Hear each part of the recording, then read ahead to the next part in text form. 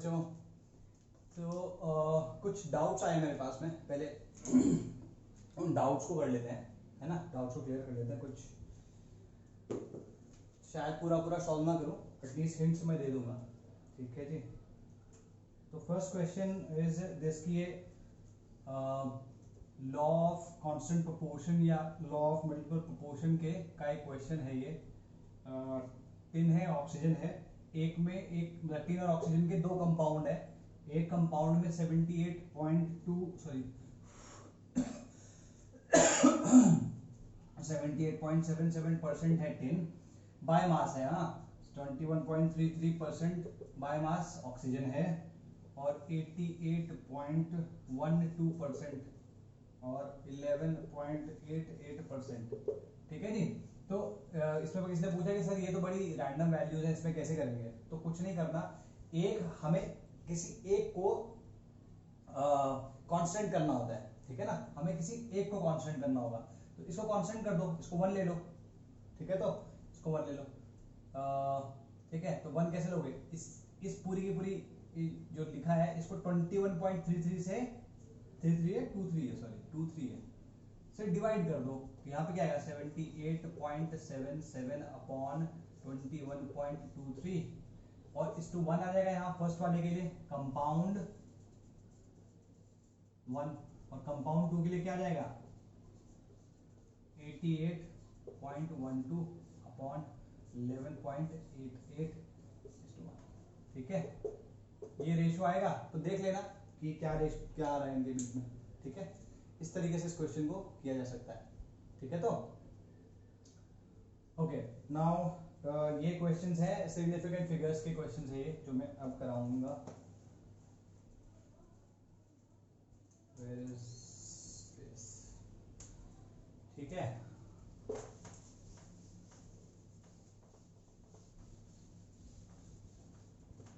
एक क्वेश्चन है कि हमने किसी क्वांटिटी का मेजरमेंट लिया, हमारे पास ये 3 वैल्यूज आई हैं उसकी,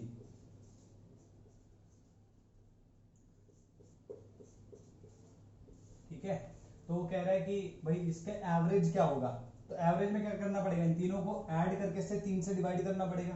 तो एवरेज वैल्यू क्या होगी, एवरेज विल बी 10.9। हमेशा याद रखना, कभी भी कोई मेजरमेंट की वैल्यू दी जाती है, तो जैसे मान लो तुमने 4 अलग अलग मेजरमेंट्स लिए हैं, तो उनकी जो वैल्यूज होती है उनका एवरेज जो होता है वो फाइनल तुम्हारा वो वैल्यू तुम्हें रिपोर्ट करनी होती है यूजुअली, ठीक है। तो इसे क्या करोगे, इसको ऐड कर लो, मतलब बेसिकली इसका एडिशन होगा। तो क्या आएगा यहाँ पे 2 4 2, यहाँ कितना आ गया 13 और 3 17 का 7 हाथ से लगे 1 31 32 और 1 33, ठीक है।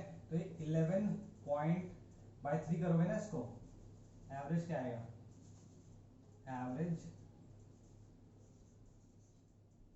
अरे भाई average is equal to this by 3, ये कितना आएगा 11.2, और ये 6 और 6 नहीं सॉरी 4 1 एंड 4, ये आ जाएगा, ठीक है। तो अच्छा, अब ध्यान से देखना, मैंने तुम्हें जब एडिशन करवाया था या सब्ट्रैक्शन करवाया था, उसमें रूल क्या था कि डेसिमल के बाद जो सिग्निफिकेंट फिगर्स है, तो ओरिजिनल नंबर्स में जो मिनिमम सिग्निफिकेंट फिगर्स है उतने ही फाइनल में होंगे। तो इसमें अगर देखें डेसिमल के बाद 2 है, इसके में डेसिमल के बाद 4 है, इसमें डेसिमल के बाद 1 है, तो मिनिमम किस वाले में है, इसमें, और कितना है 1, तो डेसिमल के बाद सिर्फ 1 ही यहाँ पे भी होगा। तो हम इसको 11.2 लिखेंगे, क्यों, क्योंकि यहाँ पे 5 से कम है वैल्यू। अगर मान लो 6 होता तो हम यहाँ पे राउंड ऑफ करके 3 कर देते हैं, ठीक है जी। I hope this makes it clear. अच्छा जी, अब नेक्स्ट की बात कर लेते हैं। नेक्स्ट वन इसकी एक की वैल्यू हमने ली है 3.929, मतलब एक कोई तो भी क्वांटिटी है या किसी का मास है शायद, जो हमने मेजर किया, और हमारे पास 2 अलग अलग मेजरमेंट में ये आया, ये वैल्यूज आई। अब अगर तुम देखो तो इसमें 4 सिग्निफिकेंट फिगर है और 4 एसएफ है, ठीक है, और एंड थर्ड डेसिमल प्लेस तक इसको दिया हुआ है, ठीक है जी। अब यहाँ पे ध्यान से देखो, इसमें अगर मान लो 0 लिखा होता तो हम श्योर होते कि भाई ठीक है, यहाँ पर यहाँ तक हम श्योरिटी है हमको, ठीक है, या अगर थोड़ी बहुत भी अनसर्टेनिटी है तो इस वाले प्लेस में है।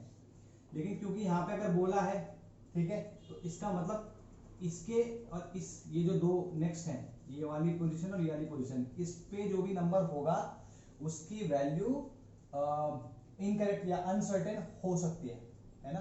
तो हम क्या करेंगे, ये बेसिकली ये जो नंबर है we will take it as कि this is the more accurate value या this is closer to the actual value. और अगर वो कहता है कि इसमें फाइनल आंसर को तुम 3 सिग्निफिकेंट फिगर्स तक बताओ, क्योंकि इसमें सिग्निफिकेंट फिगर्स तो 3 नहीं आ सकते, इसमें 2 ही हैं, ठीक है। हम किसको देखेंगे, इससे ये वाला जो पार्ट है ना, ये this will give us the value, ये हमें वैल्यू देगा। लेकिन तुम कहोगे कि सर यहाँ पे तो ये वाला नंबर भी है, अग्रीड, तो क्या करेंगे इसको, अगर मुझे यहीं तक इसको रिपोर्ट करना है तो ये वाला जो डिजिट है इसको यूज करते हुए मुझे इसको राउंड ऑफ करना पड़ेगा। 5 से बड़ी है, यस, इसको राउंड ऑफ करके हम 1 से बढ़ा देंगे, तो answer will be 3.93 which is C option of the question, ठीक है। ये सब हो गया। देखो बेटा, ये कुछ लोगों ने क्वेश्चन भेजे तो मैंने यहाँ पे बता दिया, ऐसे ही कुछ लोग और क्वेश्चंस होंगे, तो कीप शेयरिंग, शेयर नहीं करोगे तो पीछे छूट जाओगे। I am telling you, don't wait for कि स्कूल शुरू होगा तब मैं करूंगा, मतलब पता नहीं ना अभी स्कूल कब तक शुरू होगा, ठीक है, और कैसे शुरू होगा, क्या नहीं होगा। जो तुम्हारे पास समय है उसे वेस्ट मत करो अभी, आई एम टेलिंग यू, इसको कर डालो, ठीक है। तो बहुत ज्यादा तो काम भी नहीं होता यार, 4-5 पेज लिखने होते हैं दिन के, मैं तो इतने ही काम दे रहा हूँ, ठीक है। अगर थोड़ा सा समय और हो जाए तो फिर उसके बाद तो बढ़िया से और काम दूं मैं, 100 क्वेश्चन दिन के करने हो, ठीक है। और जेई के लिए अगर प्रिपेयर करना है, आई एम टेलिंग यू भाई, कम से कम 1000 क्वेश्चन पर चैप्टर मान लो तुम 2 साल में, तो तुम्हें 2 साल के अंदर 30,000 क्वेश्चन करने हैं, 30 चैप्टर होते हैं, ठीक है, 30 से 35,000 मान लो, इतने क्वेश्चन करने ही पड़ेंगे। तो उसे डिवाइड कर लो तुम पर डे के हिसाब से, भाई 365 दिन होते हैं, 65 दिन हटा दो, 300 दिन मान लो साल भर में, वो भी तुम 100 दिन के मान सकते हो, है कि नहीं। तो 100 क्वेश्चंस पर डे या फिर 50 क्वेश्चंस, क्योंकि 2 साल की बात कर रहे हैं, ठीक है। उसके साथ मैथ्स भी करना है, फिजिक्स भी करना है। चलो मोल कॉन्सेप्ट पढ़ रहे हैं, ठीक है, मोल कॉन्सेप्ट की बात करते हैं। तो मोल कॉन्सेप्ट क्या है,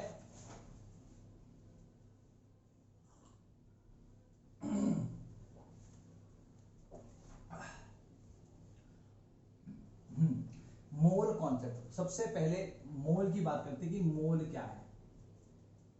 ये मोल भाई साहब क्या बना है, देखो भाई, ये अगर सिंपल शब्दों में बोलूं तो मोल इज अ रिप्रेजेंटेटिव, या mole represents a number, mole represents a number. जैसे डजन होता है, एक दर्जन होता है, केले लेने जाते हो तो क्या बोलते हो कि 1 दर्जन केले दे दो, तुम ये नहीं कहते कि 12 केले दे दो, तुम कहते हो 1 दर्जन केले दे दो या 2 दर्जन केले दे दो, अपने आप से तुमको दे देता है, because that is a standardised word which attributes to a number, ठीक है, 12। तो जैसे 10 दर्जन हो गया, वैसे ही सेंचुरी हो गया कि भाई 1 सेंचुरी मार दी, 2 सेंचुरी मार दी। अगर बोलेंगे भाई कितना मारा इसने सचिन ने, तो भाई 100, आजकल तो वैसे विराट कोहली है, विराट कोहली ने कितना सेंचुरी मार दी, सेंचुरी मार दी मतलब 100 रन तो मार ही दिए ना उसने। So this word, this particular unit which is written over here represents a particular number, ठीक है। उसी तरीके से मोल भी एक नंबर को रिप्रेजेंट करता है। वो नंबर है क्या, वो नंबर है तुम्हारा 6.022 into 10⁻23। इसको हम Na से डिनोट करते हैं और इसको हम एवोगाड्रो नंबर भी कहते हैं, ठीक है जी। इतना क्लियर है। जैसे दर्जन 12 को करता है, यूं सब हम ऐसे लिख सकते हैं, दर्जन रिप्रेजेंट्स या डजन रिप्रेजेंट्स 12, सेंचुरी रिप्रेजेंट्स 100, वैसे ही मोल रिप्रेजेंट्स दिस नंबर। इसका मतलब ये नहीं है कि मोल सिर्फ एक नंबर के है, इक्वल है। इसकी डेफिनेशन हम बताएंगे तब थोड़ा सा क्लियर होगा, बट ये समझ लो एक मोल की अगर मैं बात कर रहा हूं तो अवोगाड्रो नंबर ऑफ पार्टिकल्स की बात करेगा, ठीक है, इतने नंबर ऑफ पार्टिकल्स की बात करेगा। तो मोल्स का मतलब क्या हुआ, 1 mole of a substance contains as many particles, ठीक है। पार्टिकल्स क्या हो सकते हैं, एटम्स हो सकते हैं, मॉलिक्यूल्स हो सकते हैं, आयंस हो सकते हैं, फॉर्मूला यूनिट्स हो सकती हैं, और फॉर्मूला यूनिट्स हो सकती हैं, तुम्हारे इलेक्ट्रॉन्स हो सकते हैं, तुम्हारे प्रोटॉन्स हो सकते हैं, तुम्हारे न्यूट्रॉन्स हो सकते हैं, फोटॉन्स, मतलब कितने भी लिख सकते हो। ये छोटे छोटे पार्टिकल्स हैं, ये सारे के सारे लिख सकते हैं। तुम गधे भी बोल सकते हो कि 1 मोल गधे या 1 मोल सेकेंड्स। लेकिन ये जो क्वांटिटीज मैंने अभी बताई, गधे, सेकेंड्स, स्टूडेंट्स, मी, है ना, ये सारी जो यूनिट्स है, ये फॉर अ मोल बहुत ज्यादा हो जाएगा। मतलब अगर तुम 1 मोल सेकेंड्स की भी बात करो ना, तो करोड़ करोड़ वर्ष लग जाएंगे हमको, करोड़ करोड़ वर्ष, समझ रहे हो। Very very big unit of time, ठीक है। सो we generally use this unit, this number, or mole. Mole is what? Mole is the 7th SI unit, ये याद होगा तुमको, जो बेस यूनिट्स थी उनमें से एक है ये। तो इन छोटी छोटी एंटिटीज के लिए या पार्टिकल्स के लिए ये यूज किया जाता है। पहली बात, as many particles as there are atoms, as many particles as there are atoms in exactly, बेटा ये डेफिनेशन एकदम याद होनी चाहिए, मुंह जबानी होनी चाहिए, learn it by heart. Exactly 12 gram of C12 isotope of carbon, ठीक है जी। So this is what a mole means, ठीक है जी। तो ये तुम्हारा मोल हो गया। अच्छा, तो अगर मैं कहता हूं 1 मोल इलेक्ट्रॉन्स, इसका मतलब क्या हुआ, 6.022 इंटू 10⁻23 इलेक्ट्रॉन्स। अगर मैं कहता हूं 1 मोल ऑफ H एटम्स, इसका मतलब क्या हुआ, 6.022 इंटू 10⁻23 H एटम्स, ठीक है। मैं कहता हूं 0.3 मोल्स ऑफ प्रोटॉन्स, ठीक है। ये क्या बोलेगा, ऑफ प्रोटॉन्स, तो 0.3 इंटू 6.022 इंटू 10⁻23 प्रोटॉन्स,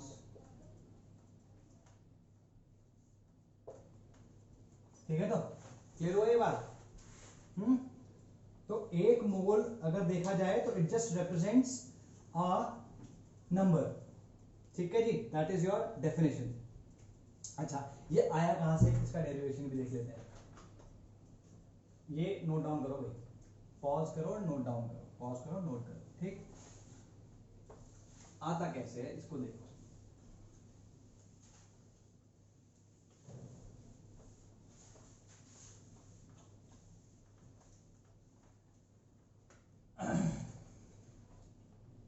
देखो हमने क्या बोला, उतने 1 मोल, हिंदी में बोल रहा हूं, 1 मोल उतने पार्टिकल्स के इक्वल होता है, ठीक है। 1 मोल कंटेन्स एज, हाँ, 1 mole of substance contains as many, तो 1 mole of any substance will contain as many, जितने भी एटम्स हैं, 12, एग्जैक्टली 12 ग्राम C12 एटम के अंदर, एग्जैक्टली उस नंबर को हम मोल कहते हैं। तो अगर मैं लिख रहा हूं 12 ग्राम ऑफ C12 आइसोटोप, ठीक है, तो मैं इसको क्या लिख सकता हूं, that this is equal to mass of 1 C12 atom, है ना, mass of 1 C12 atom into number of C12 atoms है ना भाई। मान लो उसमें n एटम्स हैं तो n into mass of one atom equal to 12 gram. ठीक है जी। अच्छा मास ऑफ वन एटम की बात कर लेते हैं। यहाँ क्या लिखेंगे, यहाँ पे 12 ग्राम लिख लूंगा मैं इधर। मास ऑफ वन एटम कितना होता है 1.992648 इंटू 10⁻⁻23 ग्राम्स। और ये हमें पता नहीं है तो हमने इसको n लिख लिया अभी, या Na लिख लो क्योंकि इन एनी केस ये Na के इक्वल ही आने वाला है, तो Na क्या होगा वो देखते हैं। तो मैं इसको इस तरीके से लिख रहा हूं that Na is equal to, क्योंकि मैं इसको अगर इससे डिवाइड कर दूं, इसको इससे डिवाइड कर दूं तो क्या आएगा 12 ग्राम्स अपॉन 1.992648 इंटू 10⁻⁻23 ग्राम्स। ठीक है, तो ग्राम से ग्राम गया, यहाँ पे जाएगा 1.166 इंटू 10⁻⁻24। ठीक है, and this comes out to be equal to 6.022 into 10⁻23। ठीक है जी, ये रहेगा यार। तो इसमें एक पर्टिकुलर पॉइंट ये समझ में आ गया ना, सिंपल था, हमने ऐसे ऐसे करके किया और ये तुम्हारा फाइनली दिस क्वांटिटी के। ठीक है, तो और ठीक है। अच्छा अगर मैं इसमें देखूं तो 1/1.66 into 10⁻⁻24 is equal to Na, यही तो आ रहा है फाइनली। तो मैं क्या ऐसे लिख सकता हूं इसको 1/Na इक्वल्स टू 1.66 इंटू 10⁻⁻24। ये एक रिजल्ट है जो याद रखना है तुमको, कैलकुलेशंस आसान हो जाएंगे, याद रख लेना इसको। ठीक है, नीचे लिख लेना remember so for easier calculations. Got it. ठीक है, अगर मान लो इसमें हमने C12 की जगह ऑक्सीजन या किसी और का एटम भी ले लिया होता तो भी ये वैल्यू यही आती 6.022 इंटू 10⁻23। थोड़ा बहुत वेरिएशन हो जाता बट मोस्टली यही वैल्यू आती। ठीक है, तो if you want to take it at face value you may, और अगर नहीं लेना चाहते, वैसे मैं इसका टेस्ट नहीं बिगाड़ना चाहता because this is the base definition, ये इसी तरीके से डिफाइंड है, मैं इसके साथ छेड़छाड़ नहीं कर रहा हूं। लेकिन कभी खुद से करके देख लेना चाहे तो, कि अगर तुम 16 ग्राम्स ऑफ O16 लेते हो आइसोटोप, ठीक है, उसके लिए भी सेम कैलकुलेशंस करोगे, it will come out to be the same. यहाँ पे 1 पॉइंट, क्योंकि हमें तो यहाँ पे पता हुआ था कि C12 एटम का मास कितना है, तुम्हें O16 एटम का मास नहीं पता होगा, तो उसमें क्या करना है टोटल जो मास नंबर होता है कितना होता है 16 इंटू 1.66 इंटू 10⁻⁻24 ग्राम्स। क्यों? क्योंकि एक न्यूक्लियन का मास 1.66 इंटू 10⁻⁻24 ग्राम्स होता है। उस तरीके से करके देखोगे, एक बार करके देखना, अपने आप यही आ जाएगा। ठीक है, लेकिन I just don't want to change the test of this. ठीक है, तुम खुद करके देखो, नहीं होगा तो मैं बताऊंगा। ठीक है, इसे मिटा रहा हूं मैं भाई।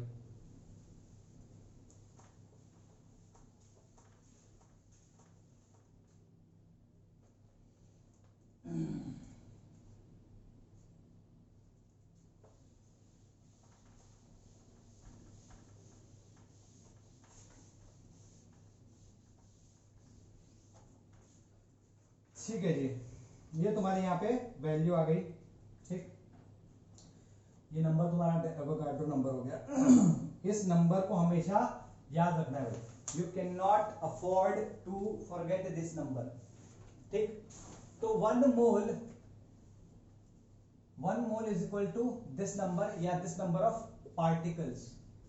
ठीक है, इन पार्टिकल्स को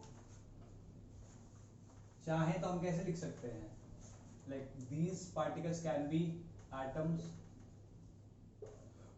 molecules, ions, formula units,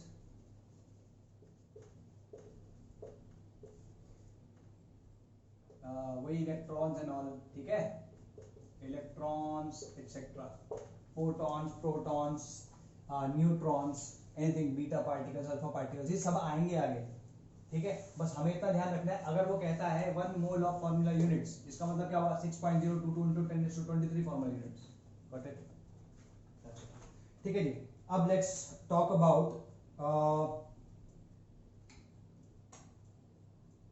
ठीक है, मान अभी 1 मोल जो है that is equal to 6.022 into 10⁻23। अगर मैं बोलता हूं 1/2 मोल, ठीक है, तो कैसा आएगा 1/2 into 6.022 into 10⁻23। अगर मैं कहता हूं 1/3 मोल्स, ठीक है, तो are you getting the gist?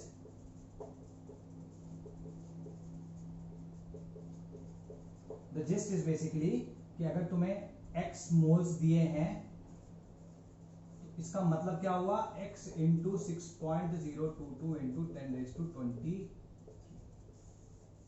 This you have to remember. Clear हुई बात? अच्छा, इसका रिवर्स ले लेते हैं, उल्टा ले लेते हैं। मान लो तुम्हें नंबर ऑफ पार्टिकल्स दिए हुए हैं और तुमसे पूछा जा रहा है कि तुम्हारे मोल्स कितने हैं। ये क्लियर हुआ ना, सिंपल था चीज। ओके, लेट्स टॉक अबाउट, मान लो तुम्हें 6.022 into 10⁻24 Na एटम्स दिए हैं। ठीक है जी, Na एटम्स दिए हैं। अगर मैं पूछूं मोल कितने हैं तो क्या करोगे? ठीक है, तो लेट्स से कि x मोल्स हैं, x मोल्स हैं, तो इसका मतलब क्या होगा, x इंटू 6.022 into 10⁻23 एटम्स होंगे, और एटम्स एक्चुअली में है कितने, इतने, तो इसका मतलब ये और ये दोनों इक्वल होंगे, तो x into 6.022 into 10⁻23 Na atoms, atoms हो गया तभी, ठीक है, इक्वल्स टू 6.022 into 10⁻24। तो ये कट गया, ये 23 से ये कटा तो 10 रह गया, x इज इक्वल टू 10 आ जाएगा, है ना। तो इसका फॉर्मूला भी लिख सकते हो, फॉर्मूला क्या होगा,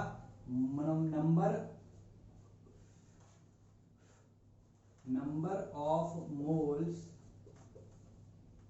ठीक है, नंबर ऑफ मोल्स ऑफ कोई भी, number of moles of particles लिख लो इस वक्त में, क्योंकि एटम भी हो सकता है, मॉलिक्यूल्स भी हो सकते हैं ना।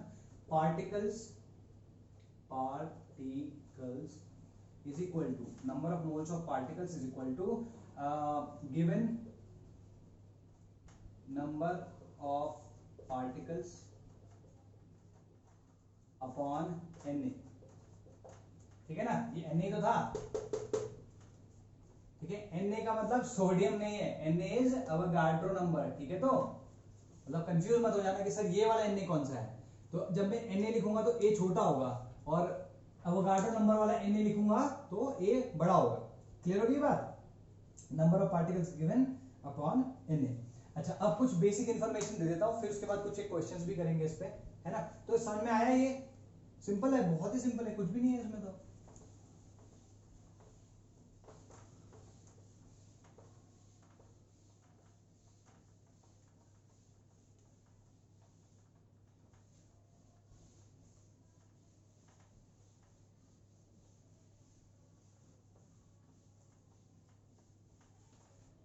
बेसिक इंफॉर्मेशन देते हैं। देखो भाई, एटॉमिक नंबर करके एक क्वांटिटी होती है, ये सबको पता होगा।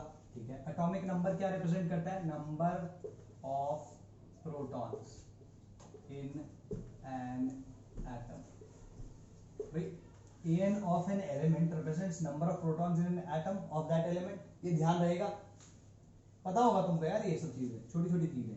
मास नंबर क्या होता है, मास नंबर होगा नंबर ऑफ न्यूक्लियॉन्स। न्यूक्लियॉन्स कितने हैं उसमें, ठीक है, और न्यूक्लियॉन्स मैं बता चुका हूं, ये न्यूक्लियॉन्स होते हैं प्रोटॉन्स और न्यूट्रॉन्स को कलेक्टिवली हम न्यूक्लियॉन्स कहते हैं। तो हम इसको लिख सकते हैं number of protons plus number of neutrons. N0 मतलब न्यूट्रॉन। क्लियर होगी बात? अच्छा, तो नंबर ऑफ न्यूट्रॉन्स क्या हो जाएगा, ये कुछ क्वेश्चंस आएंगे इसलिए बता रहा हूं ये अभी, हालांकि तुम्हें पता होगा पहले से, पेन भी ना काम नहीं करता टाइम पर। ठीक है, नंबर ऑफ न्यूट्रॉन्स, तो नंबर ऑफ न्यूट्रॉन्स क्या होगा, number of neutrons will be equal to mn minus number of protons. Number of protons को क्या बोल सकते हैं हम, an, तो मैं क्या लिख सकता हूं mn माइनस an। ठीक है जी, ये ध्यान रहेगा। ये कुछ चीजें हैं जो तुम्हें याद रखनी है। Number of protons, okay. ये एक और चीज है, जब कभी भी मैं an की बात कर रहा हूं तो number of protons in an atom. अच्छा, अब हम बात कर लेते हैं एटम्स, आयंस और कैटायंस की। अगर मैं एटम की बात कर रहा हूं, एटम्स, ठीक है, एटम्स में एक चीज हमेशा हमेशा होगी, that is number of electrons equals to number of protons. ठीक है। अच्छा, अगर मैं कैटायन की बात कर रहा हूँ, आयन दो प्रकार के होते हैं, कल बताया था। कैटायंस की अगर मैं बात करूँ, कैटायन का मतलब क्या हुआ, इलेक्ट्रॉन दे चुका है, इलेक्ट्रॉन दे चुका है, तो अभी उसके पास इलेक्ट्रॉन की कमी है, तो उसके पास पॉजिटिव चार्ज है। तो हम देख सकते हैं कि एक एटम में, किसी भी एटम में नंबर ऑफ प्रोटॉन्स और नंबर ऑफ न्यूट्रॉन्स जो होते हैं, नंबर ऑफ प्रोटॉन्स और नंबर ऑफ इलेक्ट्रॉन्स जो होते हैं इक्वल होते हैं, लेकिन जब उसने इलेक्ट्रॉन दे दिया तो क्या होगा, प्रोटॉन का नंबर बढ़ जाएगा। ठीक है, तो number of electrons will be equal to number of protons minus charge with sign. ठीक है, साइन के साथ में चार्ज को माइनस कर दो इससे। ठीक है, जैसे Na प्लस है, ठीक है, Na प्लस में अगर हम उसका एटॉमिक नंबर देखें तो 11 होता है, इसका मतलब उसमें इलेक्ट्रॉन भी Na की बात कर रहा हूं, इलेक्ट्रॉन भी 11 होंगे, प्रोटॉन भी 11 होंगे, लेकिन Na प्लस बन गया, इसका मतलब क्या हुआ, नंबर ऑफ इलेक्ट्रॉन्स अब क्या हो जाएगा, नंबर ऑफ प्रोटॉन्स 11 थे, माइनस चार्ज कितना है, +1, तो -1। ठीक है, अगर मान लो, अच्छा तो इसको हम लिख कैसे सकते हैं, An minus charge with sign, charge with sign. ठीक है, तो अच्छा, और अनायंस भी होते हैं कुछ, अनायंस के लिए क्या लिख सकते हैं हम, नंबर ऑफ इलेक्ट्रॉन्स कितने होंगे, इक्वल्स टू, यही सेम फॉर्मूला आएगा, लेकिन तुम देखोगे कि इसमें तुम्हारे एक्सपेक्टेशन के विपरीत आंसर आ जाएगा, चार्ज विद साइन, क्योंकि चार्ज विद साइन डालना है। एनायन मतलब नेगेटिव चार्ज, इलेक्ट्रॉन की इलेक्ट्रॉन ज्यादा है उसमें। ठीक है, ये इसमें यही फॉर्मूला आ जाएगा।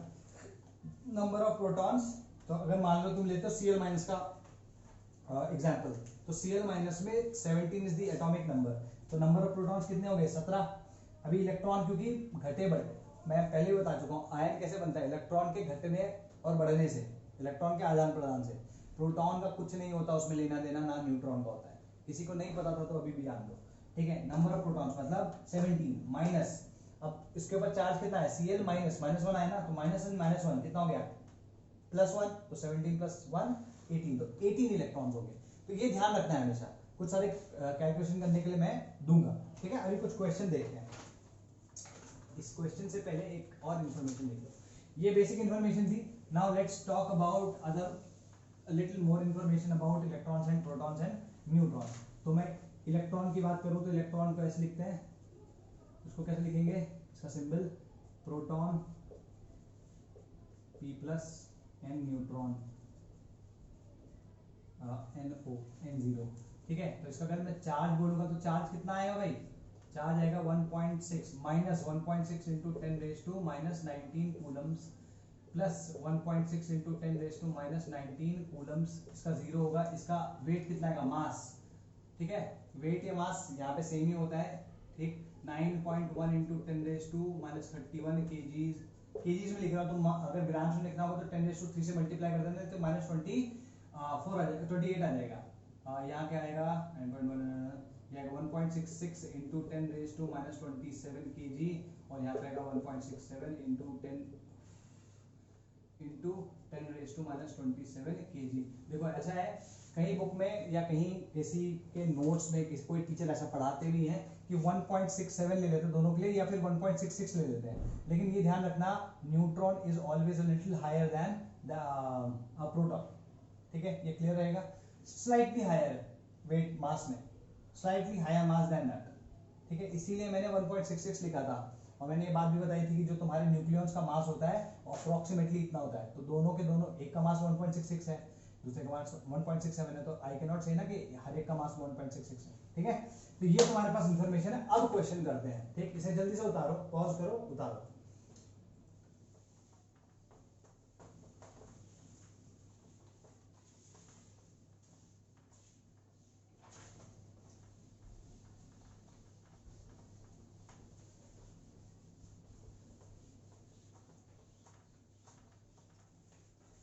व्हाट्स द क्वेश्चन, ठीक है। अब क्वेश्चन क्या है, क्वेश्चन बोल रहा है, एग्जाम्पल की तरह ही ले लो इसको, कह रहा है कि भाई calculate charge on 1 mole electron, ठीक है, 1 मोल इलेक्ट्रॉन के ऊपर क्या चार्ज होगा वो कैलकुलेट करो। तो तुम देखो 1 मोल इलेक्ट्रॉन का मतलब क्या हुआ, आंसर, ठीक है। मैं काफी शॉर्ट में करूंगा, तुम्हें पूरा कुछ लिखना हो तो तुम वो लिख सकते हो। 1 mole represent 6.02, 1 mole electrons is equal to, या इट रिप्रेजेंट 6.022 into 10⁻23 इलेक्ट्रॉन्स, ठीक है।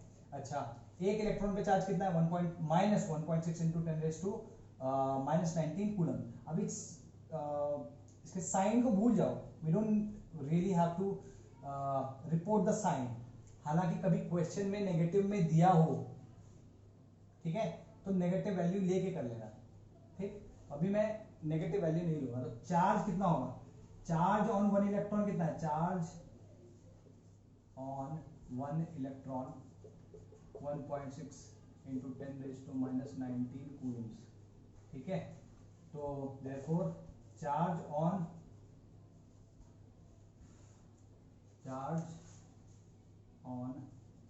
1 mole electron is equal to number of electrons Na into charge on 1 electron, charge on 1 electron, ठीक है। तो कितना आएगा, 6.022 into 10⁻23 into 1.6 into 10⁻−19।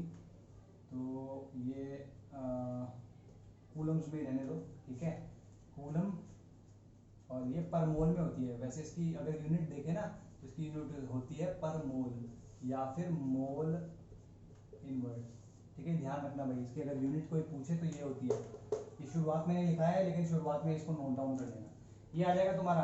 तो ये पर मोल है, तो मैं इसको कूलम पर मोल लिख सकता हूँ। तो तुम इसको अगर करोगे तो ये 96487 आती है, जिसको हम अप्रोक्सीमेट करके 96500 कर देते हैं, ठीक है, अप्रोक्सीमेट करके, क्योंकि एक कैलकुलेशन थोड़ी आसान हो जाती है इसलिए कर रहे हैं, कोई ऐसा बहुत वो नहीं है। यहाँ पे 13 कूलम का डिफरेंस आ रहा है, बहुत बड़ा है, छोटा नहीं है, but then we do this. और इसको हम कहते हैं 1 Faraday of electricity, 1 Faraday of charge या फिर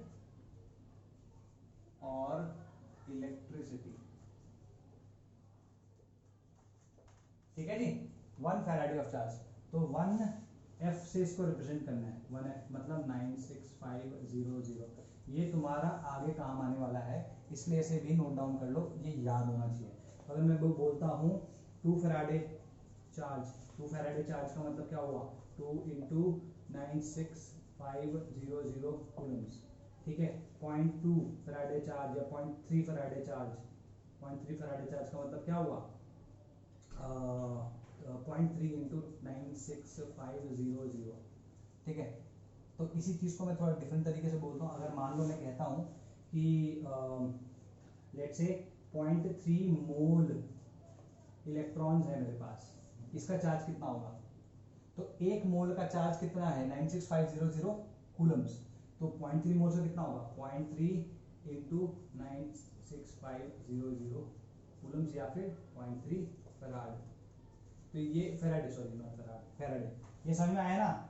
ये अगर फैराडे के उसमें कह रहा हूं तो इसका मतलब ये है, लेकिन अगर मैं इलेक्ट्रॉन्स या चार्ज के टर्म्स में भी कह रहा हूं कि 1 मोल इलेक्ट्रॉन का चार्ज या 5 मोल इलेक्ट्रॉन का चार्ज, तो कैसे आएगा, 5 into charge on 1 mole of electrons which is 96500 Coulomb's, ठीक है। इसको जल्दी से उतारो, कुछ और क्वेश्चंस करने हैं अभी तुम्हें। अभी कहाँ बैठने का समय हुआ, अभी तो मीलो चलना है। ठीक है भाई, इसको करो, कुछ क्वेश्चंस करते हैं।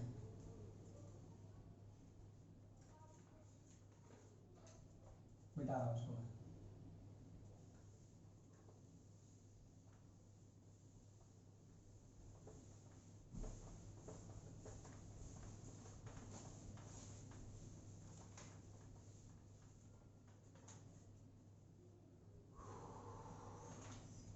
ठीक है, अब इसकी बात करते हैं, चलो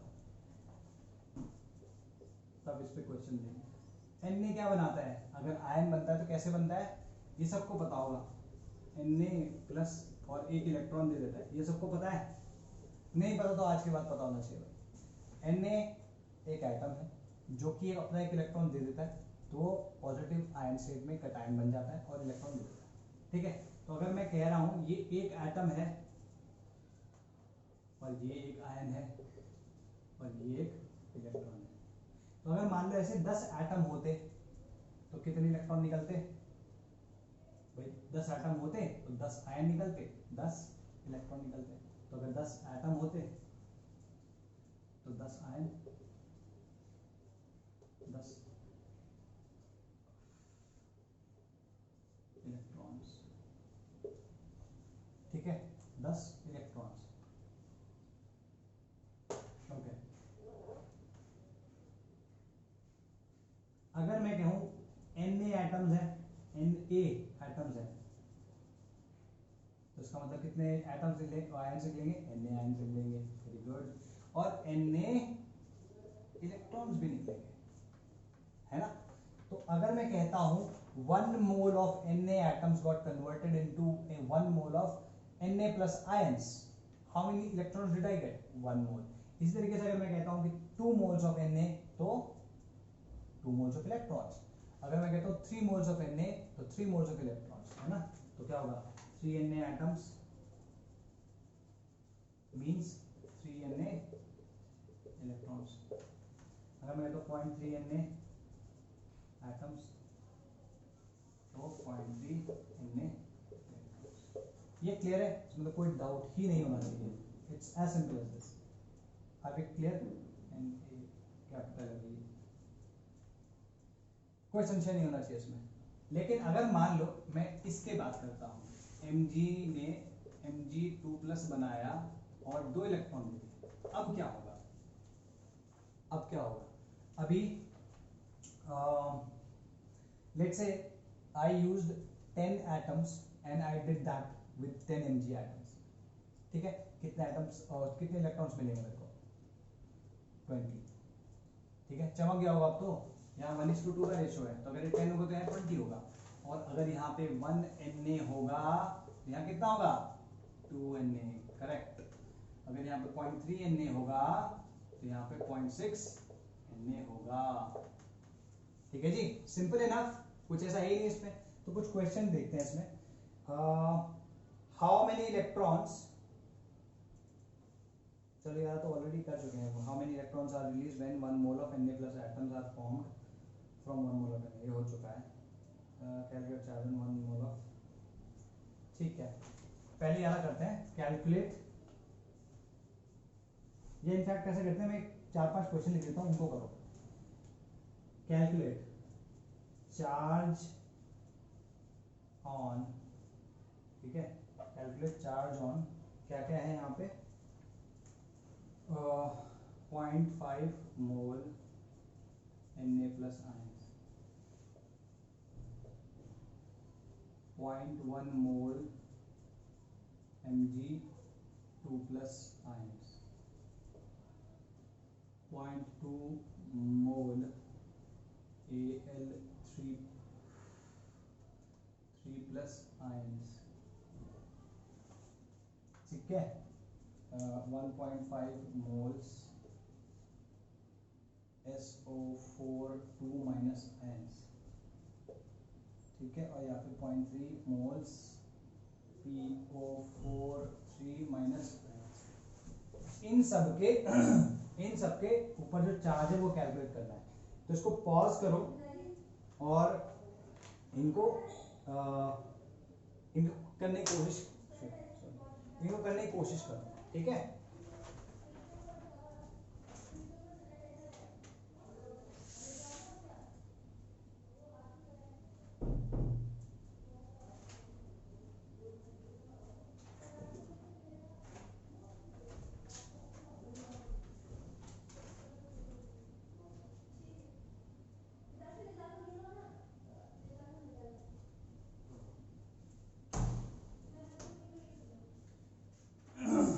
ठीक है,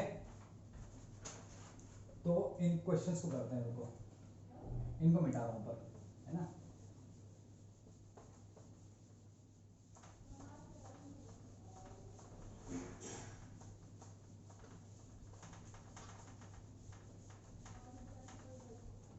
ठीक है, तो पहले वाले को क्या बोलेंगे 0.5।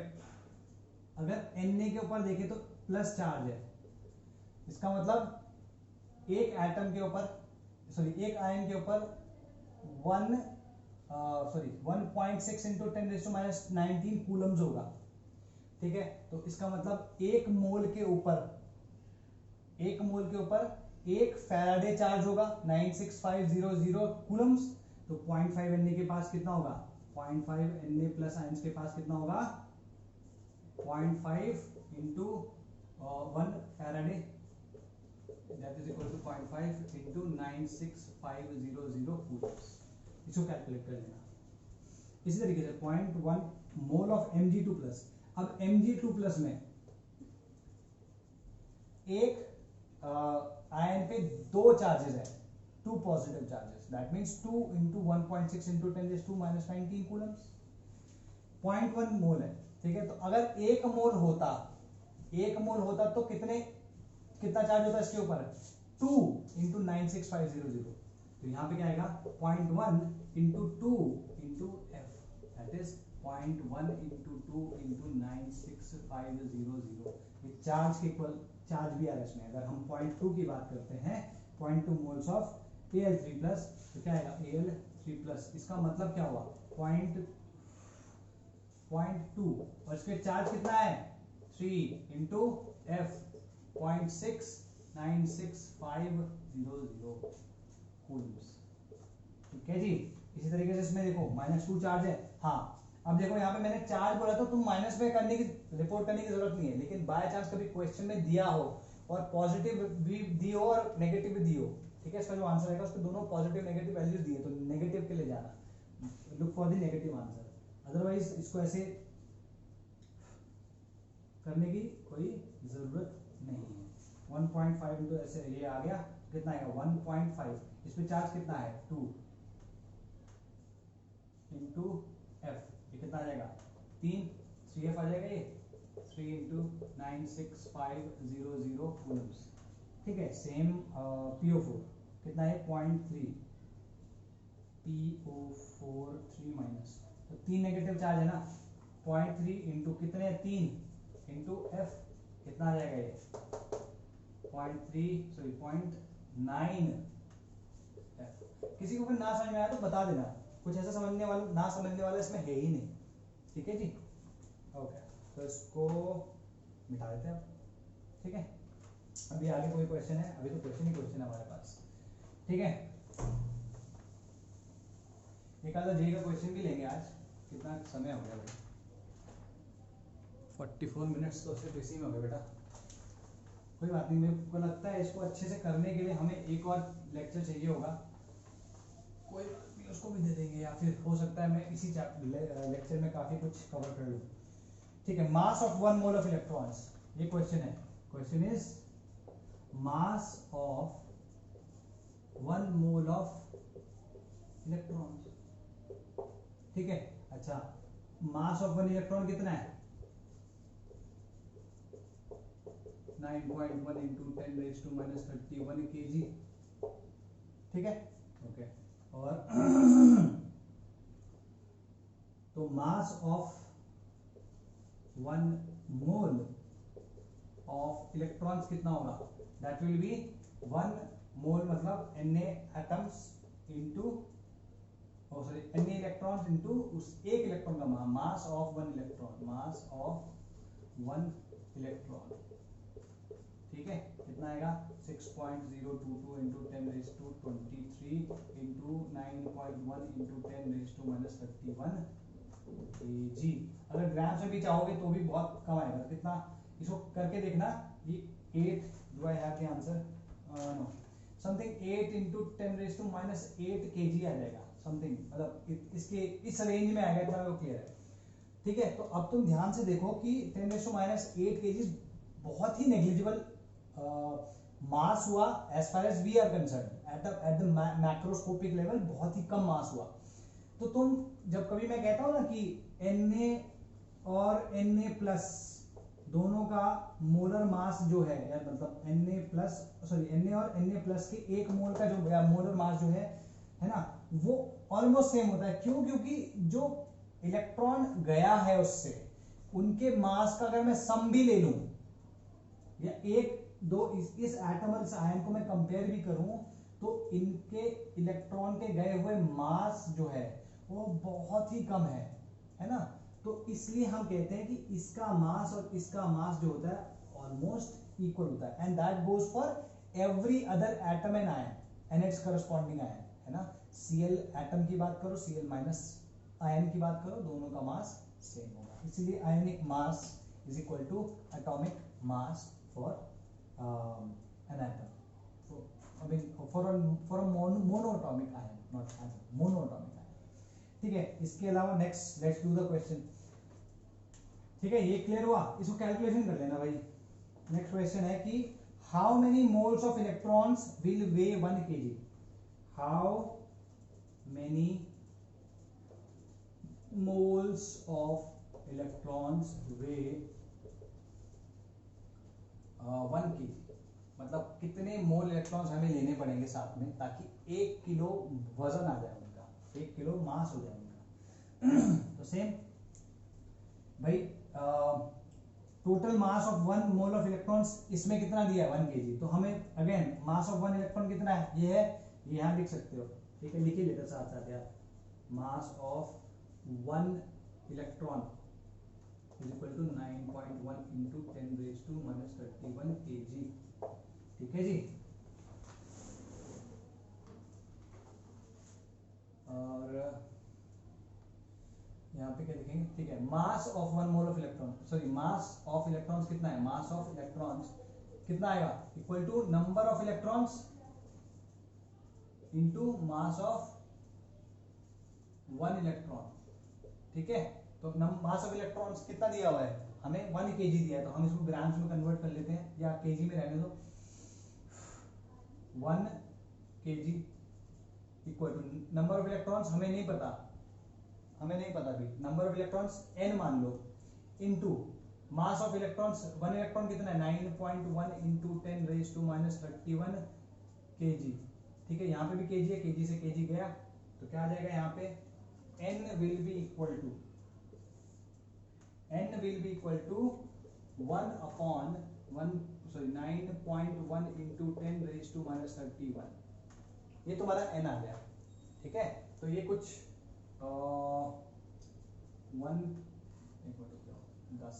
1.1 के आसपास मान लो, 1.1 into 10⁻⁻, इसको अगर 10 करेंगे,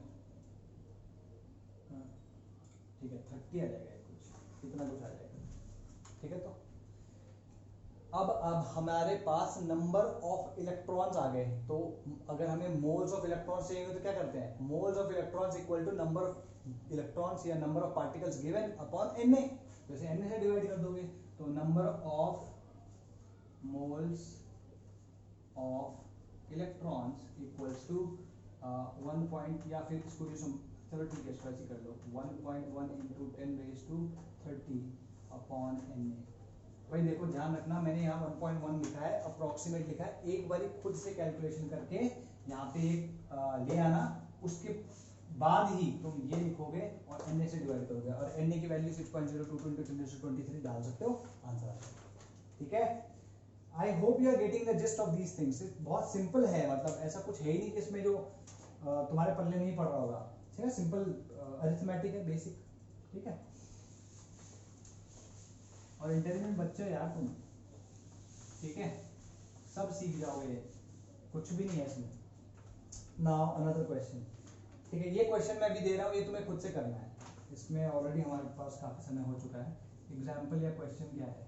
question is how many moles of neutrons will weigh, how many, गलत क्वेश्चन है, एक minute, how many moles of neutrons will weigh, अच्छा, will weigh 0.2 kg, will weigh 0.2 kg, ये क्वेश्चन है, ये क्वेश्चन तुमको करना है। आंसर अभी नहीं दे रहा हूँ, ठीक, सब लोग मुझे प्राइवेट विंडो पे आंसर देंगे, ठीक है, ओके। तो इसके बाद हम एक चीज लिख सकते हैं, विच मीन्स दैट, लाइक ये ध्यान रखना है हमेशा, 1 mole of any substance contains 6.022 into 10 raised to 23 particles of that substance. Substance पूरा चलो मैं लिख देता हूँ, substance, ठीक है जी। So this is what you have, got it? इसको यहाँ पे रख देते हैं। अब तुम्हारे लिए एक और चीज हम डिफाइन करते हैं, ठीक है, इसको मिटा रहा हूं भाई, ये क्वेश्चन नोट करना, इसका लिखना ही लिखना है ये क्वेश्चन।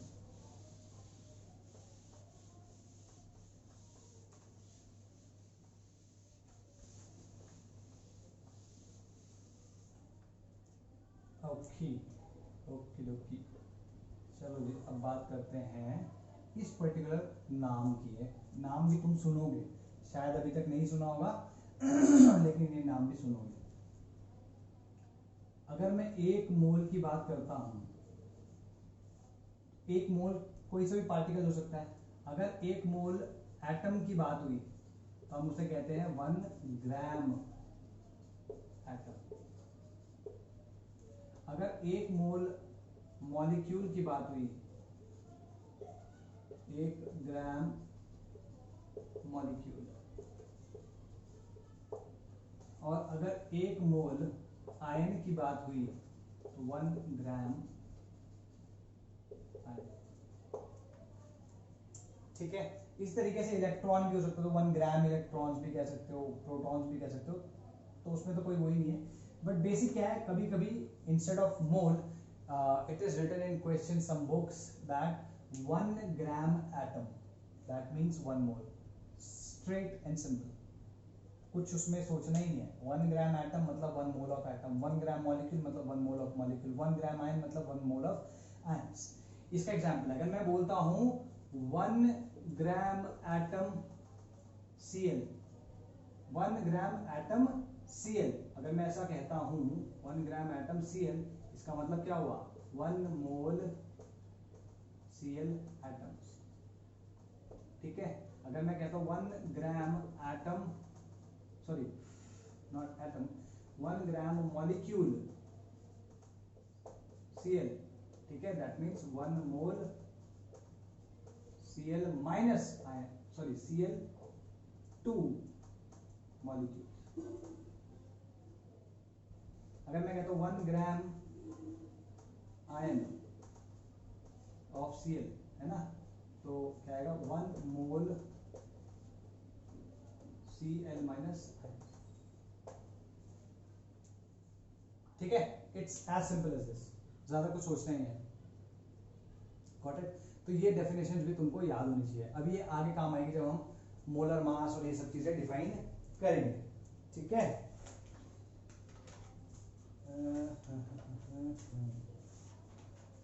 ठीक है जी, यहाँ पे ग्राम एटम्स हम डिफाइन कर चुके हैं, ठीक है। Let's define now gram atomic मास।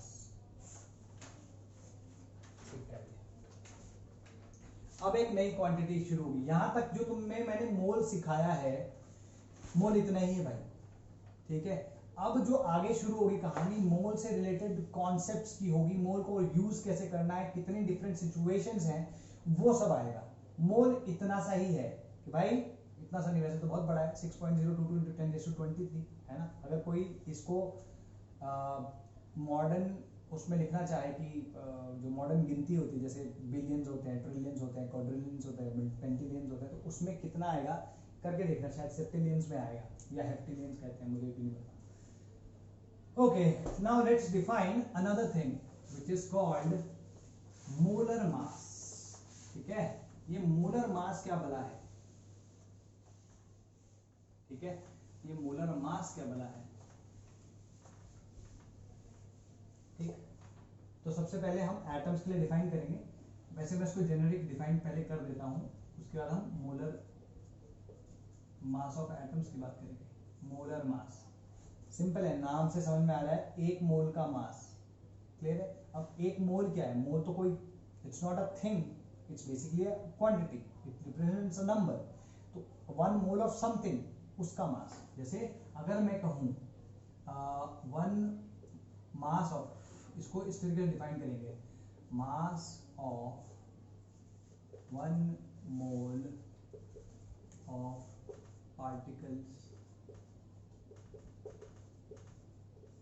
ठीक है, ये सिंपल इसकी डेफिनेशन होगी, मास ऑफ 1 मोल ऑफ पार्टिकल्स। तो अगर मैं पूछता हूं एग्जांपल के तौर पे मोलर मास ऑफ, या कहता हूं Na, इसका मतलब क्या हुआ, 1 मास ऑफ 1 मोल Na एटम्स। ठीक है, अगर मैं कहता हूं molar mass of Na plus, इसका मतलब क्या हुआ, mole mass of 1 mole of Na plus ions. Are be clear. अगर मैं कहता हूं मोलर मास ऑफ H2O, इसका मतलब क्या हुआ, मास of 1 mole of H2O molecules. ये ध्यान रहेगा। मोलर मास एक ऐसा टर्म है जो कि तीनों चारों या जितने भी हैं आयंस, फॉर्मूला यूनिट्स है ना, ये तीनों चारों जो हैं, इन सब के लिए सेम तरीके से यूज होगा। अगर हम मोलर मास ऑफ एटम की बात करेंगे तो वो मोलर मास ऑफ एटम की बात हो जाएगी। अगर हम किसी आयन की बात करेंगे तो मोलर मास ऑफ आयन हो जाएगा। अगर किसी मॉलिक्यूल की बात करेंगे तो मोलर मास ऑफ मॉलिक्यूल हो जाएगा। ठीक है, अच्छा, इसी को ग्राम एटॉमिक मास या ग्राम मॉलिक्यूलर मास करके हम डिफाइन करते हैं। अगर मैं, चलो ठीक है, इसको ठीक है, अभी इसको ऐसे ऐसे एक एक करके उनको डिफाइन करेंगे, या ऐसे करते हैं, एक कर लेते हैं। अगर मैं बोल रहा हूं ना molar mass of Na, molar mass of Na एटम्स, ठीक है, molar mass of Na atoms का मतलब क्या हुआ कि एटॉमिक मास जो है, एटॉमिक मास जो है, सॉरी एटम्स, एक मोल एटम्स का मास, तो इसको हम क्या कहेंगे, ग्राम। देखो, इसको कंफ्यूज मत करना, ग्राम एटम, ग्राम मॉलिक्यूल, ग्राम आयन, वो मोल के इक्विवेलेंट था, मतलब मोल और वो समकक्ष थे, वो सेम चीज थी।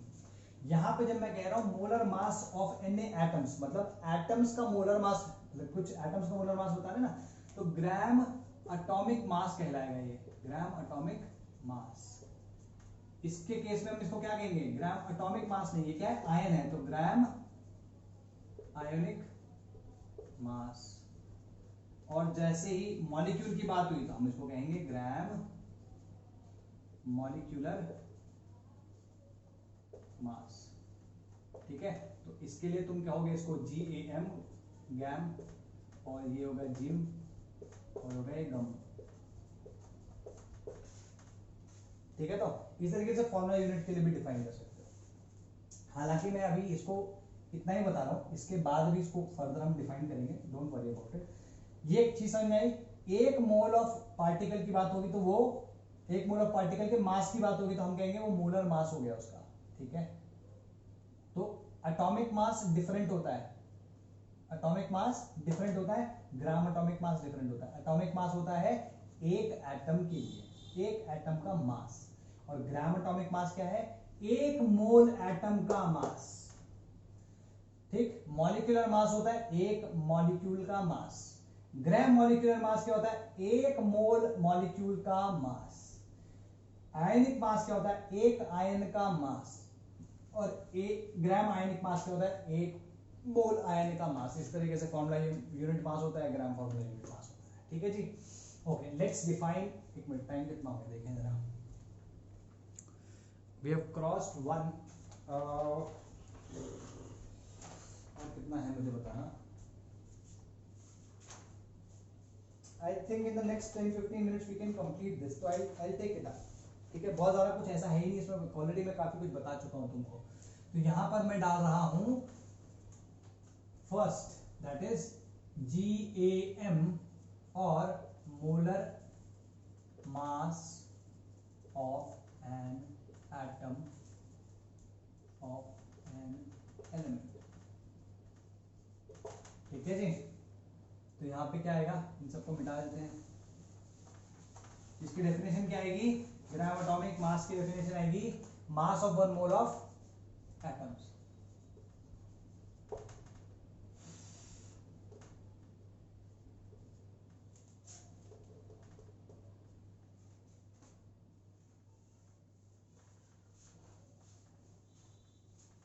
मास of one mole of atoms, this is just the definition, basic definition हो गई, ठीक है।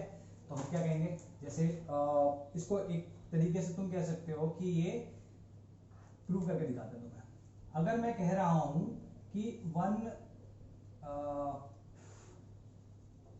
AM of O atom is equal to 16 AMU या 16U, जो भी लिखना हो तुम्हें लिख सकते हो। Then GAM of O atoms will be equal to 16 grams। तुम कहोगे सर ये 16 तो सेम है, एक में बस एक AMU था, एक में ग्राम कर दिया आपने, तो ये जादू कैसे हुआ, ये जादू हुआ ऐसे।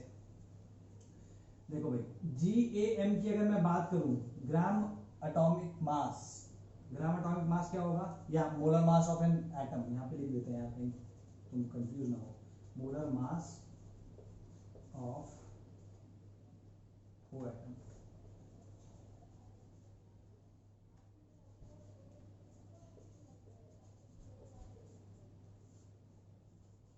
GAM of O और molar mass of O atom, this will be equal to, एक मोल की बात हुई तो Na into mass of one atom. Mass of one atom कितना होता है भाई,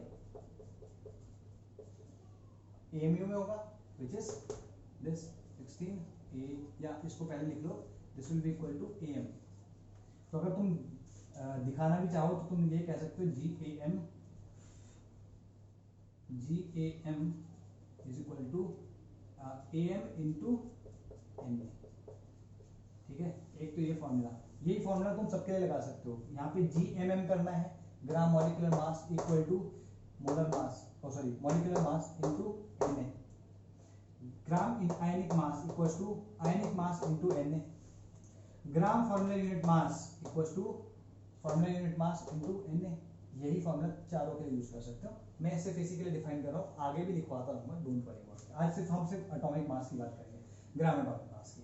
तो ये आ गया। अच्छा, अभी इसी को फॉर्मूले को थोड़ा आगे बढ़ा दो तो कितना आएगा, 6.022 इंटू 10, या फिर इसको ऐसे रहने दो, 6 ये Na रहने दो, है ना, और इंटू 16 AMU हो जाएगा। क्लियर है, हम इसको क्या लिख सकते हैं, Na into 16 into 1.66 into 10⁻⁻24 grams. ये याद आ रहा है कुछ, अभी मैंने एक बार ये भी बताया था कि 1.66 into 10⁻⁻24 is equal to 1/Na। ये बताया था मैंने। इसको तो चाहे तुम ऐसे भी लिख सकते हो, Na into 1.66 into 10⁻⁻24 equal to 1। ये बताया था, नहीं बताया था मैंने? तो यहाँ पे देखो Na इंटू 1.66 है तो इक्वल टू क्या जाएगा, ये 1। यहाँ क्या जाएगा, ग्राम्स तो है ही, 16 into 1 gram that is equal to 16 gram. तो देख लेना जादू, ठीक है। तो ये ध्यान रखना है कि ग्राम एटॉमिक मास और एटॉमिक मास दोनों डिफरेंट होते हैं, ये क्लियर होना है। It has to be clear as day, ठीक है। कोई डाउट नहीं होना चाहिए कि दोनों डिफरेंट हैं, इस बात पे कोई डाउट नहीं होना चाहिए। लेकिन उनका जो मैग्नीट्यूड होता है या जो उनकी न्यूमेरिकल वैल्यू होती है दोनों की सेम होती है, बस यूनिट डिफरेंट होती है, एएमयू एंड ग्राम्स। तो लिख लो इसमें कि gram atomic mass can be said to be, gram atomic mass can be said to be atomic mass expressed in grams, ठीक है। इस तरीके से भी कह सकते हैं, हालांकि टेक्निकली करेक्ट डेफिनेशन नहीं है, but just for that so that you can remember things I am dictating that, okay. अब बात करते हैं आगे की भाई, इसी को थोड़ा सा एक्सटेंड कर लेते हैं।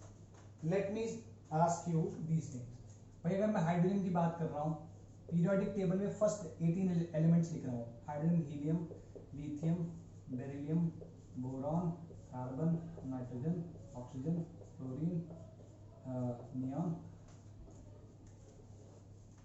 नियॉन के बाद Na, Mg, Al, Si, P, C plus, ठीक है। चाहो तो तुम ये भी लिख सकते हो, ये 20 लिख दिया मैंने पूरे के पूरे, ठीक है। अब मैं इसका एटॉमिक मास लिख रहा हूँ यहाँ पे, और यहाँ पे GAM ग्राम एटॉमिक मास लिख रहा हूँ। तो हीलियम हाइड्रोजन कितना होता है 1 AMU, ठीक है, 1 AMU। यहाँ क्या होगा 1 ग्राम होगा, यहाँ होगा 4 AMU, यहाँ पे 4 ग्राम होगा। लिथियम का कितना होता है 8 AMU, नहीं सॉरी, लिथियम कितना होता है 7, नहीं लिथियम का 8 होता है, राइट, लिथियम का 8 होता है 8 ग्राम। बेरिलियम का 9 होता है 9 AMU और 9 ग्राम्स। बेरिलियम का होता है 11, बेरिलियम सॉरी बोरॉन का। भाई ये जितने मैंने यहाँ लिखे हैं ये सारे के सारे 20 के 20 तुम्हें याद होने चाहिए, ठीक है। इसके भी ट्रिक्स मैं बताऊंगा कि कैसे याद करना है, लेकिन वो पीरियोडिक टेबल में, ठीक है, अभी नहीं। लेकिन इसको याद करना शुरू करो और इसके एटॉमिक मासेस और ग्राम एटॉमिक मासेस दोनों के दोनों याद करना शुरू करो, ठीक है। कार्बन का 12 होता है, हालांकि तुम पूछ सकते हो, कह सकते हो कि सर यहाँ पे तो आइसोटोप्स भी होते हैं, तो जो मोस्ट अबंडेंट वाला है मैं वो लिख रहा हूँ, है ना, अभी के लिए।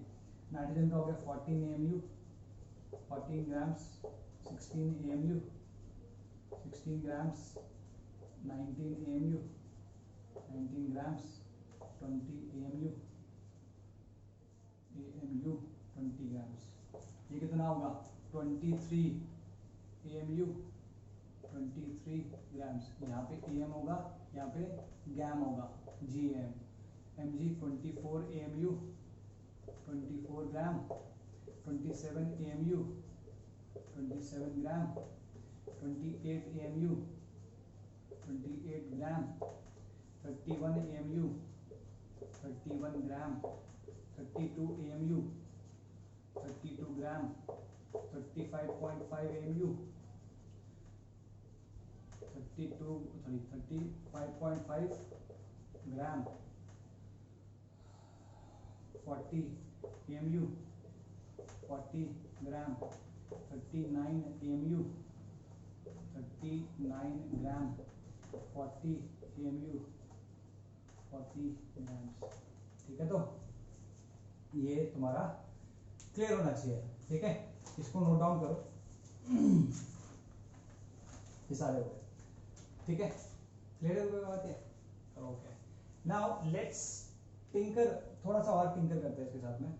मैं इसको मिटा, इसको पॉज करके नोट कर दो।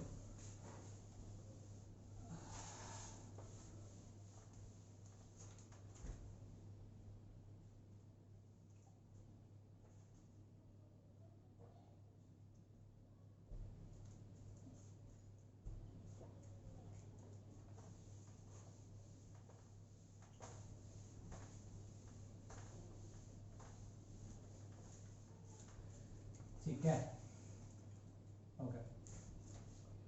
देखो भाई, मैंने 1 मोल का मास बोला, मास ऑफ 1 मोल,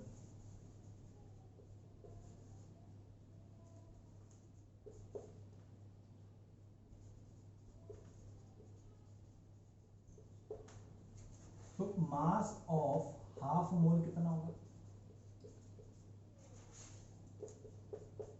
या इसको GAM ले लो, अभी मैं इसके रिस्पेक्ट में ही बता रहा हूं, तो GAM कर लो इसको, तो हाफ इंटू GAM,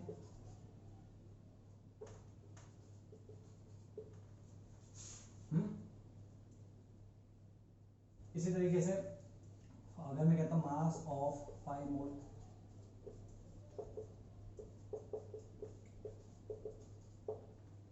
तो इसका जेनेरिक फॉर्मूला लिख सकता हूं मैं, mass of x moles is equal to x into GAM।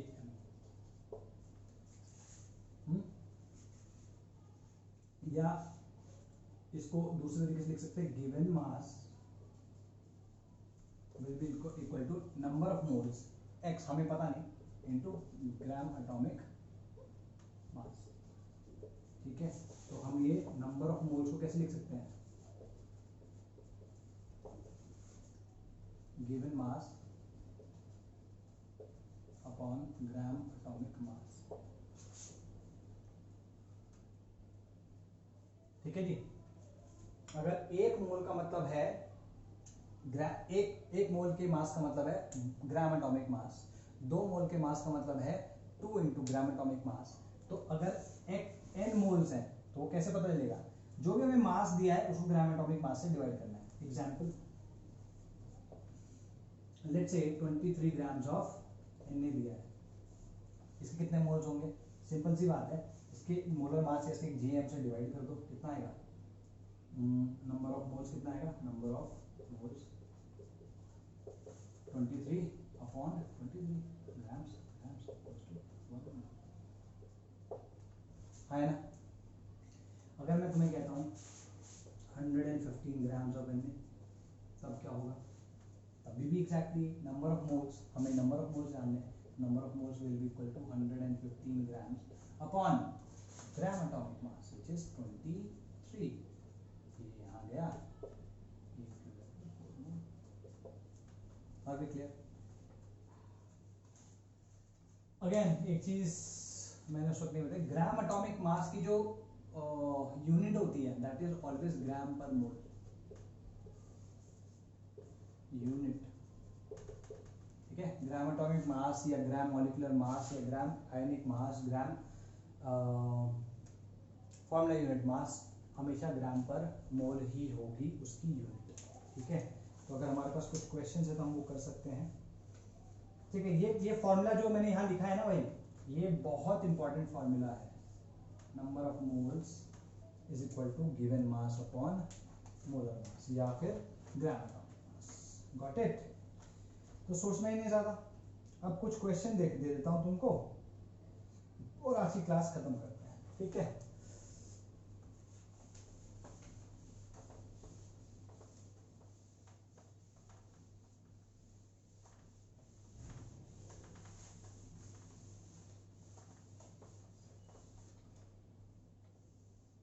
Question क्या क्या है ये देखो,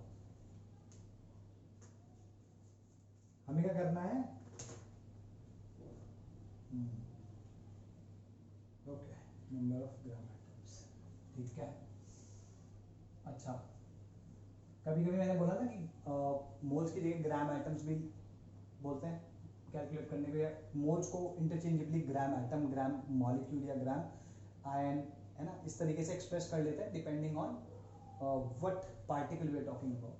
तो अभी यहाँ पे हम क्वेश्चन जो देने वाले हैं, क्वेश्चन में क्या है कि calculate the number of atoms,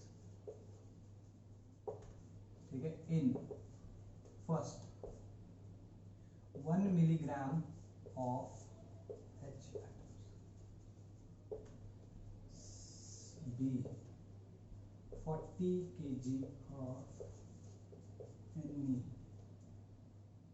third sorry C 71 microgram of Cl for 22.4 gram of Fe 14 and this is E 600 kg of carbon. ठीक है, एक चीज शायद मैं भूल गया तुम्हें बताना, विच इज पहले थी तुम लोग के ऊपर है भी उसको करना। एक ऑर्डर के बारे में तुम्हारे एनसीईआरटी में दिया है ना, जैसे 10⁻³ को हम बोलते हैं किलो, 10⁻⁶ को हम बोलते हैं मेगा, 10⁻⁹ को गीगा, 10⁻12 को टेरा, है ना। तो और 10⁻³ को मिली बोलते हैं, 10⁻�6 को माइक्रो बोलते हैं, 10⁻9 को नैनो बोलते हैं, 10⁻12 को पिको बोलते हैं। तो ऐसे ये ऑर्डर्स होते हैं यूनिट्स के, ठीक है। ये ऑर्डर्स अपनी कॉपी में लिख लेना, ठीक। जो 8 मैंने बताया वो तो डेफिनेटली यूज होंगे ही होंगे, उसके ऊपर भी यूज हो सकते हैं, गॉट इट। तो यहाँ पे जैसे मैंने यहाँ पे माइक्रो लिखा है ना, इसका मतलब क्या हुआ 10⁻⁶ ग्राम्स, मतलब 71 इंटू 10⁻⁶ ग्राम्स, ठीक। तो इसको साथ साथ कर लेते हैं एक साथ ही। हम यहाँ पे क्या करेंगे, सबसे पहले हमें क्या करना है, ये एटम्स है ना, और हमसे पूछा क्या है कि इनमें एटम्स कितने हैं। तो हमारे पास कोई डायरेक्ट फॉर्मूला नहीं है, मतलब अगर हमें मास दे दिया तो हमें अगर बोले कि भाई एटम्स कैलकुलेट करो या पार्टिकल्स का नंबर कैलकुलेट करो, तो we do not have a direct formula, ठीक है। वो कैसे करते हैं, सबसे पहले हम इसके ग्राम, एटम्स और मोल्स कैलकुलेट करेंगे भाई, सबसे पहले वो करेंगे। तो मोल्स कैलकुलेट करने का मतलब तरीका क्या है, गिवन मास अपॉन मोलर मास। गिवन मास कितना है 10⁻³ अपॉन 10⁻³ ग्राम अपॉन 1 ग्राम, कितना जाएगा ये 10⁻³ मोल्स। इसी तरीके से इसका भी करो, कितना आएगा ये 40 इंटू 10⁻³, ठीक है। और इसका मोलर मास कितना होता है भाई, क्योंकि इसका एएमयू में तुमने देखा था 20 होता है, तो इसका ग्राम्स में कितना आएगा 20 ग्राम्स, कितना आएगा 2000 मोल्स, ठीक है। ये कितना आएगा 71 microgram, 71 into 10⁻⁶ grams upon Cl है, Cl मतलब 35.5, इसको करोगे तो 2 आएगा, दिस इज 2 इंटू 10⁻⁶ मोल्स। ये कितना आएगा 22.4 ग्राम्स अपॉन 56 ग्राम्स, ये कितना आ जाएगा, ग्राम पर मोल होता है वैसे, ठीक है, ध्यान रखना ग्राम पर मोल होगा तभी ये मोल आ रही है, सब जगह लिख लो ये ग्राम पर मोल। ये मैं एक मिस्टेक करता आ रहा हूँ, इसको जहाँ पे भी मोलर मास या gram atomic mass, gram molecular mass, gram ionic mass, gram formula unit mass, जहाँ भी लिखोगे वो ग्राम पर मोल उसकी यूनिट होगी, ठीक है। That's why this unit is coming, कितना आएगा 0.4 मोल, ठीक है। यहाँ पे कितना आएगा 600 इंटू 10⁻³ ग्राम्स अपॉन कार्बन का ये C12 एटम है तो 12 ग्राम्स लिख रहा हूँ, ग्राम पर मोल। ये कटा 12 पंजे 60, कितना आएगा 50,000 मोल, ठीक है। अब क्योंकि हमारे पास मोल आ गया, तो क्या हमारे पास नंबर ऑफ पार्टिकल्स आ सकते हैं, नया नंबर ऑफ एटम्स आ सकते हैं, यस दे कैन। क्यों, क्योंकि 1 mole of atoms means 6.022 into 10⁻23 atoms, that means 10⁻³ moles of H atoms will mean 10⁻³ into 6.022 into 10⁻23 atoms, या फिर इसको हम शॉर्ट फॉर्म में लिख सकते हैं 10⁻³ Na,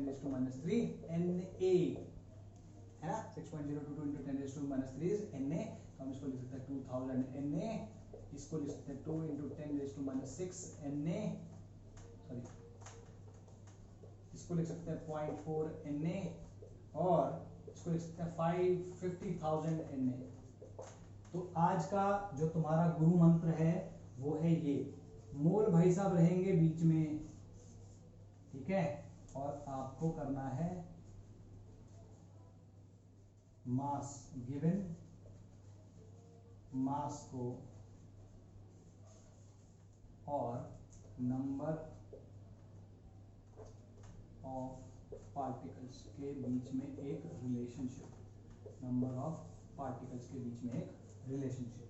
तो अगर तुम्हें गिवन मास को कभी भी मोल्स में कन्वर्ट करना हो तो डिवाइड बाय मोलर मास।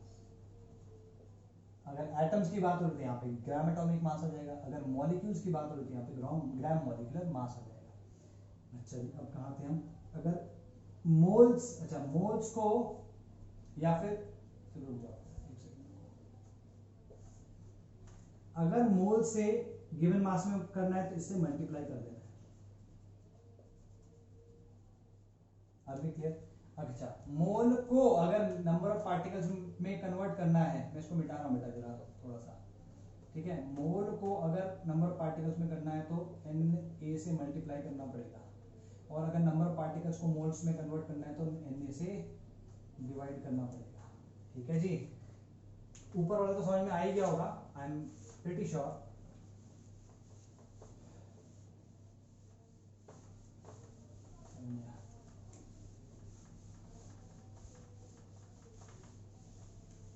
आज का जो टेक अवे है, which is the best thing so far is this formula, ये जो हमने यहाँ पे बना दिया है, ये भैया इसे रेड पेन से एकदम स्टार मार्क कर लेना। ठीक है, चलो फिर बाय बाय, टेक केयर।